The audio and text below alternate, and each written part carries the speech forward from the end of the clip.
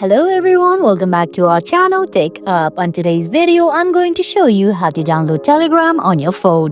It's very quick and easy, so let's get started. First of all, open the Google Play Store or the Apple App Store on your phone. Once you do that, go ahead and navigate your way to search bar, then type in Telegram and tap on search. Once you do that, you're gonna find Telegram Messenger as your first option there. Then once you tap on it, right beside its icon, you'll find one of these four options: get, backup, install or download. Go ahead, tap on it, then give the information asked by the App Store or the Google Play Store. Then your phone will start downloading Telegram. And guys, that's it. That's how you download Telegram on your phone. I hope you found this video helpful. If you did, please give it a thumbs up, leave a comment, subscribe to our channel and hit that bell icon. See you in the next video. Thanks for watching.